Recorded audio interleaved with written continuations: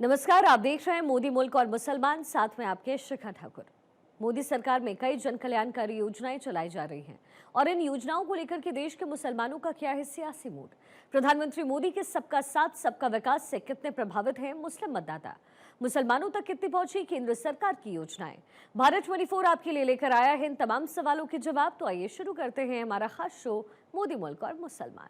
अभी चले जाएं मार्केट में, जितनी खरीदारी हुई है आप उसका डेटा निकालिए, 60% उसमें शायद मुस्लिम लोग होंगे जिन्होंने धनतेरस पे खरीदारी करी। मोदी जी से कोई शिकायत नहीं है, एक अच्छे नेता हैं, हमें उनमें कोई बुराई नहीं दिखती। कम से कम मैं समझता हूँ 40% मुसलमान जो है वो बीजेपी से जुड़ा है और यही वजह है कि सरकार लगातार बनती चली जा रही है जब चुनाव हो रहा है।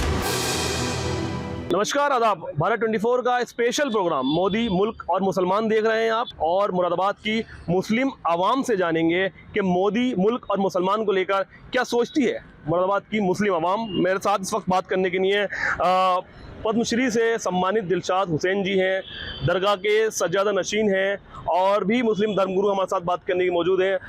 मुरादाबाद एक्सपोर्ट डेवलपमेंट के नुमान मंसूरी जी हैं, सामाजिक कार्यकर्ता हैं मुस्लिम समाज को लेकर। आइए बात करते हैं। सबसे पहले आपसे शुरुआत करेंगे क्योंकि आप पद्मश्री हैं और सरकार ने आपको पद्मश्री से नवाजा है।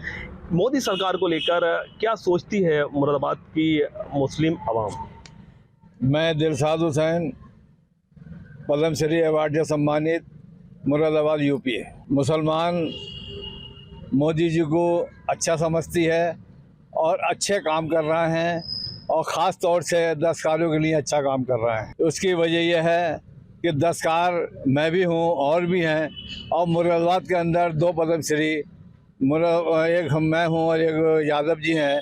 तो ये बहुत बड़ी बात है कि मतलब मैं पद्मश्री, और इस सरकार के अंदर मैं इसका बहुत सरकार का शुक्रिया अदा करता हूँ। दूसरी चीज़ एक और, कभी हमने सोचा भी नहीं था, आज तक हमारे बूढ़ी चले गए, हमारा एटम मोदी जी जर्मन लेके गए और ख़ुद देकर आए। ये हमारे लिए बहुत बड़ी बात है, और इसके लिए हमारे पूरे मुरादाबाद के अंदर खुशी मनाई गई कि एक मुसलमान का मटका और मोदी जी खुद लेके गए। तो ये बहुत बड़ी बात है। तो इसलिए मोदी जी अच्छा देखना है और मुसलमानों को अच्छी तरीके से समझना है, ये मैं उनका शुक्रिया। क्योंकि आप आर्टिजन हैं, और आर्टिजन हैं उसके बावजूद आपको वहाँ तक पहुँचाया गया, पद्मश्री तक मोदी सरकार ने पहुँचाया गया। कई तरह के भ्रम फैलाए जाते हैं, कहा जाता है कि डिवाइडेशन की पॉलिसी चल रही है और मोदी सरकार जो है वो मुस्लिम्स को लेकर नहीं सोच रही है। उस पर आप क्या कहेंगे? नहीं, ऐसा नहीं है। इसकी वजह यह है कि जिस वक्त में मोदी से मैंने मुलाकात की तो उनके चेहरे पे खुशी थी कि मैं एक मुसलमान से मिल लिया हूँ। ऐसा नहीं था कि उनके चेहरे पे कोई मतलब कि उदासी सी हो। तो उस वक्त उन्होंने मुझे इस तरह से नवाजा कि मैं आपको शुक्रिया मतलब बता नहीं सकता कि जिस वक्त मैंने कहा आपका बहुत बहुत शुक्रिया, तो उन्होंने कहा फौरी आप दिलशाद हुसैन मुरादाबाद से, तो इसका मतलब कि हमारा नाम भी उनके जहन में है। मुरादाबाद का मुसलमान क्या सोचता है मोदी सरकार को लेकर आपके नज़रिए से? देखिए, मेरे नज़र में तो अच्छा सोचता है, और ख़ास तौर से दस्तकारों के लिए बहुत अच्छी स्कीमें हैं और दस्तकारों को वो समझ भी रहे हैं। मैं इसलिए ये बात कर रहा हूँ। क्या कहना चाहेंगे आप मोदी जी के लिए? मोदी जी के लिए मैं कहना चाहूँगा कि अच्छा मुसलमान सब बर्ताव है और ऐसे ही रहे। तो उम्मीद है कि आगे भी हम आगे बढ़ेंगे, और अभी हमें पद्मश्री के अलावा पद्म भूषण भी मिलेगा, भारत रत्न भी मिलेगा, ये हम उम्मीद रखते हैं मोदी जी से। अच्छा नुमान जी, क्योंकि आप एक्सपोर्टर्स से जुड़े हैं, मुरादाबाद डेवलपमेंट एक्सपोर्टर्स की जो एसोसिएशन है, आर्टिजन की एसोसिएशन है, आप उससे जुड़े हुए हैं। एक्सपोर्टर्स के बारे में आप बेहतर जानते हैं, कारोबार के बारे में आप बेहतर जानते हैं। क्या स्थिति चल रही है इस वक्त कारोबार को लेकर, और एक्सपोर्टर्स क्या सोचता है, क्या उम्मीदें रखता है मोदी सरकार से? देखिए, पूरे एक वर्ल्ड वाइड इस वक्त मद्दा है। अब पूरी मंदी जो है गुजरी है। अब दिवाली को लेके थोड़ा सा लोगों का कारोबार खुला है। पिछले 1 महीने में लोगों की चमक आई है, जो लोगों के पास जो स्टॉक था वो ख़त्म हुआ है। वरना ये मंदी जो है पूरे देश में क्या पूरे विश्व में चल रही है इस टाइम। मोदी सरकार योजनाएं भी लेकर आई है एक्सपोर्टर्स के लिए, कारोबार के लिए। कारोबार को लेकर क्या स्थिति है इस वक्त, और मोदी सरकार ने क्या इसके लिए बढ़ोतरी के लिए क्या काम किया है? देखिए, एक तो आपके सामने अभी पद्मश्री साहब हमारे दिलशाद हुसैन साहब आपके सामने जिंदा सबूत खड़े कि हमारी पहली बार हमारे किसी आर्टिजन साथी को पद्मश्री से सम्मान मिला, तो ये एक बड़ा इनिशिएटिव है और इस इंडस्ट्री को पहली बार मिला है, तो ये तो उनका शुक्रिया है पूरी इंडस्ट्री के लिए, उनका काम है। हमारे आपस में हिंदू मुस्लिम सिख ईसाई आपस में सब एक होकर त्योहार बनाते हैं, सब एक साथ रहते हैं। आप अभी चले जाएं मार्केट में, जितनी खरीदारी हुई है आप उसका डेटा निकाल लें, 60% उसमें शायद मुस्लिम्स लोग होंगे जिन्होंने धनतेरस पे खरीदारी करी है। आप देखें रास्ते में जितने शोरूम्स थे स्कूटरों के, उसमें मुस्लिम महिलाओं की लाइन लगी हुई थी। तो ऐसा कहीं प्रतीत नहीं होता कि इस देश में कहीं कुछ अलग है। सब लोग मिलजुल कर अपने त्योहारों को सेलिब्रेट कर रहे हैं। चंद नेताओं की वजह से देश को जो है वो कहीं ना कहीं इस माहौल को बिगाड़ने की कोशिश की जाती है। बिल्कुल सही बात है। अच्छा, मेरे साथ इसी जो इन्होंने अभी बात कही है उस पर बात करेंगे, क्योंकि आप मुस्लिम धर्मगुरु हैं और दरगाह के सज्जदनशीन हैं। नईम चिश्ती आपका नाम है। चिश्ती साहब, क्या इस बात से आप इत्तेफाक रखते हैं अभी नुमान मंसूरी साहब ने जो बात कही है? अब देखिए, हम लोग दरबारों से वाबस्ता हैं। हमारे यहाँ हिंदू मुस्लिम सिख ईसाई सभी धर्मों के लोग आते हैं और हम सबको एक नज़र से देखते हैं, दूसरी नज़र से हम लोग कभी नहीं देखते, क्योंकि हमें ये सिखाया गया हमारे बुज़ुर्गों से। और दरबारों में आने वाले लोगों के लिए देखना भी एक नज़र से चाहिए। हमारा सिर्फ कहना इतना है कि हमें मोदी जी से कोई शिकायत नहीं है, एक अच्छे नेता हैं, हमें उनमें कोई बुराई नहीं दिखती। देखिए, मैंने कहा ना कि हम दरगाहों के लोग हैं, हम तो दरगाह की बात करेंगे पहले। तो उसमें ऐसा नहीं है कि मोदी से मुसलमान जुड़ा हुआ नहीं है, मुसलमान जुड़ा हुआ है। और देखिए, सबसे बड़ी मिसाल हमारे बराबर में खड़ी है, दिलशाद साहब को देखिए, इनको अवार्ड से नवाजा गया है। तो उसमें भाई के खड़े हैं, ये भी बीजेपी से हैं, आरएसएस से हैं, मुसलमान जुड़ा हुआ है। हमारी ज़ाती उनसे ना तो कोई तकलीफ़ है और ना ही उनसे हमें कोई तकलीफ पहुंची है, ना कोई पहुंचेगी। मुस्लिम्स को लेकर कई तरह की योजनाएं भी आई। शिक्षा को लेकर कैसा काम किया गया, सुरक्षा को लेकर कैसा काम किया गया, हेल्थ को लेकर क्या काम किया गया? नहीं, खैर ये काम तो खैर अच्छे हो रहे हैं, सुरक्षा भी है और क्राइम भी कम है, ऐसी बात नहीं है। ध्यान भी दिया जा रहा है, विकास भी हो रहा है, जो बात सही है बिल्कुल। शिक्षा को लेकर शिक्षा भी अच्छी है, काम चल रहा है, ऐसी बात नहीं है। देखिए, हमारा सवाल है मोदी मुल्क और मुसलमान। मोदी सरकार को लेकर नहीं, हमें मोदी से कोई शिकायत नहीं है, हमें उनसे कोई शिकायत नहीं बिल्कुल। लेकिन बता रहा हूँ ना, हम दरबार के आदमी हैं, हमारे यहाँ तो सबक ही दिया जाता है कि हमें सबको एक कैसे करना है, एक जगह में सबको कैसे बिठाना। हमारी सोच तो ये साहब कि हिंदू भाई के घर में कोई प्रोग्राम हो तो जाकर हम उनके प्लेट में खाना खाएं, हमारे यहाँ कोई प्रोग्राम हो तो हमारा हिंदू भाई हमारा आके प्लेट में खाना खाए। हमारी सोच तो ये है और हमेशा कायम रहे। ये बहुत अच्छा खूबसूरत मुल्क है हमारा, रहने वाले सब बहुत खूबसूरत हैं, बहुत अच्छी सोच के हैं। जहाँ तक आपका सवाल है कि मोदी जी का ताल्लुक है, तो मोदी जी अच्छे इंसान है, इसमें कोई दो राय वाली बात नहीं है। और मगर जहाँ तक जैसे कि हमारे सरपरस्त आली जनाब नईम चिश्ती साहब ने कहा कि हम दरगाहों से जुड़े हुए लोग हैं और दरगाहों पर जब लंगर होता है, दरगाहों पर जब चादरें पेश होती हैं, दरगाहों पर जब मन्नतें मांगी जाती हैं, तो वहाँ पर ये नहीं देखा जाता कि कौन हिंदू है कौन मुसलमान है, और सबकी मुरादें पूरी होती हैं। बहुत खुशी हुई थी जब मोदी जी ने ख्वाजा गरीब नवाज सरकार में चादर पेश की थी, और यही है कि मुसलमान इससे जुड़ना चाहता है। मैं समझता हूँ आज कम से कम 40% मुसलमान जो है वो बीजेपी से जुड़ा है, और यही वजह है कि सरकार लगातार बनती चली आ रही है। जब चुनाव हो रहा है बढ़ चढ़ के जो है बीजेपी आ रही है। देखिए, मुरादाबाद में मोदी मुसलमान और सरकार जी, मोदी सरकार ने जो स्कीमें दी हैं, देखिए पहली बार मुरादाबाद में अगर आप पूरे मुरादाबाद मंडल का करेंगे तो 32 मुसलमान लड़के PCS IPS IAS में आए हैं। ये 2014 से 2024 तक का आंकड़ा है। तो मुसलमान को कहीं ना कहीं अब और नीचे आइए, अगर आप सर्वे करेंगे तो मेडिकल में और जो भर्ती हुई है पुलिस में पिछले 10 साल में, उसमें मुसलमान काफ़ी लड़के आए हैं। और आप पता करेंगे गलशहीद के 2 सगे भाई ऐसे मतलब SI में हैं, और बहुत लोग हैं, क्योंकि हमें तो आंकड़े रखने पड़ते हैं ना, क्योंकि हमें आप जैसे लोगों से के सवाल भी देने हैं कि मुसलमान हो। तीसरी सबसे बड़ी बात है, 2014 से मुरादाबाद में 3 बड़ी स्कीमें आई। एक ट्रेन चली है, लोग बाग कहते हैं खतों से ट्रेन चलती, खतों से ट्रेनें नहीं चलती हैं। एक ट्रेन चली, एक यूनिवर्सिटी आई, जिसमें सभी बच्चे पढ़ेंगे। शिक्षा पे भी काम शिक्षा पे भी काम हुआ। एक एयरपोर्ट खुला जो हमारे अभी भाई ने कहा कि एक्सपोर्ट पे बढ़ावा पाएगा। ये तो 3 बड़ी स्कीमें थी जो सिर्फ मुरादाबाद के बारे में मैं आपको बता रहा हूँ। और इसके नीचे आएंगे तो मुरादाबाद एक स्मार्ट सिटी बना है, जिसमें जैसे कि हम यहाँ कहते हैं कि मुसलमान 60% मुस्लिम आबादी का है, मुस्लिम एक्सपोर्टर हैं, कारखानेदार, तो पहचान तो उनकी बड़ी। जब उनके कोई मिलने वाले आता तो स्मार्ट सिटी देख के स्टेशन से ही पता चलता है कि यार ये शहर जो है वो सही है। अब बात आती है रोजगार की। मैं नहीं समझता कि रोजगार में कहीं कोई कमी आई हो। ये एक आम बात हो गई है कि रोजगार की है। क्या हमारे शहर में किसी ने कोई खुदकशी करी? नहीं है, नहीं करी, नहीं है तो कहाँ परेशान है। आज परचेजिंग में देखिए आप, मुसलमान माशाल्लाह हमारी बुरखे की लाइन लगी हुई रहती है। जितनी हमारी हिंदू सनातन बहनें उतनी हमारी इस्लाम की बहनें। तो ऐसा तो ये सब एक सियासी हथकंडा है, लेकिन मुसलमान बहुत खुश है। और मैं भारतीय जनता पार्टी में पिछले 44 साल से हूँ और पिछले 26 साल से मैं संघ में हूँ। संघ का एक मुसलमानों में काम करता है विंग है मुस्लिम राष्ट्रीय मंच में, उसका राष्ट्रीय संयोजक हूँ और मदरसा और छात्र प्रकोष्ठ देखता हूँ। इसके जो मार्गदर्शक हैं वो गुरुवार इंद्रेश कुमार हैं, जो संघ के एक बड़े प्रचारक हैं और कार्यकारिणी सदस्य हैं। फिर भी आरोप लगता है मोदी सरकार पे कि कहीं ना कहीं भेदभाव करती है। नहीं, भेदभाव कहीं कहाँ करती है आप मुझे बताएं। मैंने अभी आपको सर्विसों में बताया, कोई भी है, मैं आपको एड्रेस दे सकता हूँ उन लोगों के। हमारे बिजनौर तो नंबर 1 है, हमारा मुरादाबाद तो बहुत पीछे है, लेकिन बिजनौर के हमारे जो मुस्लिम बच्चे हैं वो IAS IPS में बहुत तेजी से आए कि खानदान के 3-3 4-4 आए हैं, आज भी हैं। अभी जो योगी जी आए थे, उन्होंने DSP की जो ये पासिंग परेड करी थी, उसमें हमारे 4 मुसलमान हैं, ये अपने ही जनपद के। तो भाई साहब भेदभाव तो कहीं नहीं है, लेकिन जब आदमी अप्लाई करेगा, देखिए 4 आए, अप्लाई कितने करा था आप मुझसे ये पूछें। अप्लाई किया था 8 लोगों ने, कितनों ने किया था।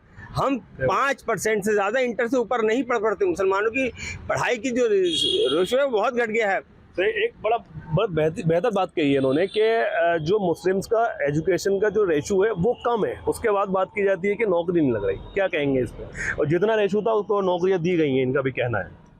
देखिए, नौकरी तो जब मिलेगी जब हम लोग मेहनत करेंगे। जब हमारे वालिदैन ध्यान नहीं देंगे और हमारा इस पे जोर नहीं होगा तो जितना भी हैसियत के हिसाब होगी उस हैसियत के हिसाब से काम मिलेगा। इसमें तो दोष गवर्नमेंट को नहीं देना चाहिए ना। अगर हम मेहनत करेंगे, बच्चों को पढ़ाएंगे लिखाएंगे, सब कुछ करेंगे, तो फिर उनका नंबर भी आएगा, उनका नाम भी आएगा। और जब कोशिश ही नहीं करेंगे तो उसमें तो गवर्नमेंट को कहने का हमारा कोई हक नहीं बनता, वो कहने भी नहीं चाहिए। ऋषभ साहब, आपकी क्या राय है इस बात पर? हमारे बाजार भाई जो कह रहे हैं बिल्कुल सही है, क्योंकि इनको बहुत जानकारी है इस मामले में, हमें तो इतनी नहीं है, तो इनकी बात जो हकीकत है। कई योजनाएं आपने बताई हैं, जैसे जो कि यहाँ मुल्क के मुसलमानों को उसका फायदा मिल रहा है। हाँ, मिल लिया। जैसे कि तुम्हारे विश्वकर्मा सम्मान है, उसका भी मिल लिया, उसमें कोई भेदभाव नहीं है। जो सब तरह के लोग कर रहे हैं उसके अंदर, और जहाँ वो जाते हैं ट्रेनिंग लेने वहाँ भी कोई भेदभाव नहीं है। इस तरह से कुछ नहीं है, जो बात सही है वो सही है। किसी भी तरह का, जैसे कि हमारा आयुष्मान कार्ड है तो उसके अंदर भी कोई भेदभाव नहीं है। अपना कार्ड लेके जाओ किसी भी अस्पताल में जहाँ पे उसका स्कीम है चाहे मानी आ रही, तो वहाँ पर इलाज बाकायदा होता है और अच्छे से इज्जत भी मिल रही है। तो ऐसा भेदभाव नहीं है कि ये मुस्लिम है तो इसका कार्ड मत देखो या इसका वो देखो, ऐसा बिल्कुल नहीं है। मैं इसमें मोदी जी का बहुत बहुत शुक्रिया अदा करना चाहता हूँ और आगे के लिए कहना चाहता हूँ कि कुछ लोग ऐसे हैं जिनको ज़रूरत है कार्ड की, जैसे कि वो बहुत नीचे तबके के हैं, उनका कार्ड नहीं बना हुआ है, कोई ऐसी स्कीम और मोदी जी निकाल दें जिससे कि जिनके रह गए उनके भी बन जाए। बिल्कुल बिल्कुल। तो क्या लगता है कि युवाओं के लिए क्या काम हुए हैं मोदी सरकार में? युवाओं के लिए अच्छे काम हुए हैं। सबसे पहला काम तो ये हुआ है कि हुनर हाट लगी थी, फेयर लगी थी। फेयर के लिए हमें पैसा देना पड़ता है, तो यहाँ फ्री स्टॉल मिले थे हमें हुनर हाट में। मुंबई, बेंगलोर, दिल्ली सब जगह हुनर हाट लगे थे और अच्छा मतलब रिस्पॉन्स मिला था। वहाँ पे मोदी जी ने खुद उद्घाटन करा था, राजनाथ जी ने खुद उद्घाटन करा था और यहाँ से पैसे भी दिए थे वापसी उन्होंने कि स्टॉल के आपको 15,000 20,000 वापसी मिलेंगे। तो युवाओं ने लगाया और अच्छा बिजनेस करा वहाँ पर, तो युवाओं के लिए अच्छा एक पैगाम था वो। आजकल मॉडर्नाइज है, जो हमने बड़े बड़े एक्सपोर्ट हाउस बनाए उसमें मशीनरी है, जो 10 कारीगर काम करते हैं तो वहाँ एक मशीन काम कर रही है। इस वजह से उन लोगों को भी रोजगार चाहिए था। लोगों ने उसका अल्टरनेट ये सोचा कि हम रिक्शा, ऑटो रिक्शा चलाएं, वो भी प्रदूषण को ख़त्म कर रहा है। जो पहले हमारा वो था जो हाथ से करते वो मैन पावर थी, पावर तो कहीं ना कहीं तरक्की तो हुई है। वो अगर पहले अपने जिस्म की ताकत से दिन भर में 500 रुपये कमाता था, तो आज वो बैटरी की ताकत से 1000 रुपये कमा रहा है। तो रोज़गार तो मिला है हर एक में। तीसरी सबसे बड़ी बात थी, अब आपने मुरादाबाद के मुसलमानों की बात करी, तो मुसलमानों को 2014 से अब तक 7 नेशनल लेवल के अवार्ड मिले, जिसमें एक अवार्ड तो हमारे दिलशाद भाई को पद्मश्री सबसे बड़ा अवार्ड मिला है। इसके बाद एक राष्ट्रपति अवार्ड होता है, जो हमारे इलियास खान जो है अब डेवलपमेंट हैंडीक्राफ्ट में असिस्टेंट वो थे, उनको मिला है, रिटायर हो गए वो भी इसी सरकार में मिला। तो मुझे और शिक्षा के क्षेत्र में तो कई हमारी बहनों को जो है शिक्षक अवार्ड जो होता है प्रदेश का है, राष्ट्र को, वो मिला है। सालों से पड़ा हुआ जो एयरपोर्ट स्टार्ट नहीं हुआ था वो भी तो हुआ। नहीं, मैंने अभी आपको बताया कि 3 चीज़ें हुई। एक ट्रेन चली, एयरपोर्ट आया, और हमारी एक यूनिवर्सिटी बनी। यूनिवर्सिटी में सभी लोग, सस्ती यूनिवर्सिटी है, नेशनल यूनिवर्सिटी है, तो वो सभी के लिए है। हमारी जो सोच है वो समाज और देश के लिए है। हमारे यहाँ किसी भी तरह का कोई भेदभाव नहीं आता। मैं संघ में 26 साल से, मेरी संघ आयु जो है वो 26 वर्ष है, और मैं ITC OTC सब के रहे हूँ, संघ में रहता हूँ। तो मैं एक बात कहूँ, थोड़ा सा हमारे सब भाई माफ़ी के साथ है, जो हमारे इस्लामी सुन्नती तरीके थे वो आज संघ में है। हम सूरज निकलने से पहले उठते हैं और हर काम अपना खुद करते हैं, और समाज और देश के लिए सोचते हैं। हमारे आगे नाम के आगे कुछ नहीं होता, सिर्फ ये होता, हमारे यहाँ कोई बिरादरी नहीं है। आप मज़ाहिर खान नाम पूछेंगे, कोई नहीं बताएगा। मज़ाहिर जी कहेंगे तो आप सब बता देंगे। पूरा नाम क्या है? मेरा मोहम्मद मज़ाहिर खान, लेकिन अब वैसे मुझे जो पहचान है वो मज़ाहिर जी के नाम से मेरी पहचान है। और मैं इस टाइम मदरसा और एजुकेशन पे देख रहा हूँ, और इसी के साथ मैं पिछले 2 टर्म मिनिस्ट्री ऑफ एजुकेशन में एग्जीक्यूटिव बोर्ड में मेंबर रहा। भाई मैंने जाके सबसे पहले वहाँ का बोर्ड चेक किया कि मुझसे पहले और कितने मुसलमान हैं। तो अफसोस हुआ कि मुझसे पहले जो सरकारें थी वो मुस्लिम परस्त थी, लेकिन किसी मुसलमान को उन्होंने एजुकेशन में एग्जीक्यूटिव बोर्ड में नहीं बनाया था। पहली बार किसी को बनाया तो वो संघ का आदमी बना, मज़ाहिर। अच्छा, अगर एक वर्ड में अगर पूछा जाए कि मोदी जी के बारे में, प्रधानमंत्री नरेंद्र मोदी के बारे में, तो कैसी शख्सियत है? जी, मोदी जी बहुत अच्छी शख्सियत है। जो अपराध करता है उसके घर टूटते हैं, चाहे वो किसी भी समाज का हो। उसमें अगर आप सर्वे करेंगे, नहीं तो आप मुझसे पूछे, मैं बताऊंगा आपको मुरादाबाद मंडल में या पूरे उत्तर प्रदेश में जितने अगर मुसलमानों के टूटे हैं, तो उसमें हमारे और समाज के लोग, चाहे वो ठाकुर हो, पंडित हो।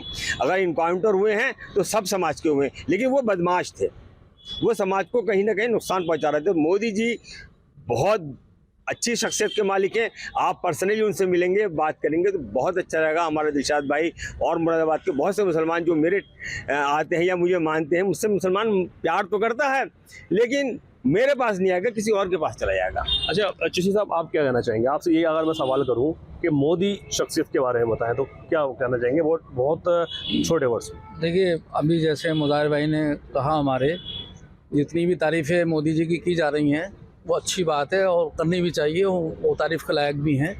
मैं भी उनकी तारीफ़ करता हूँ।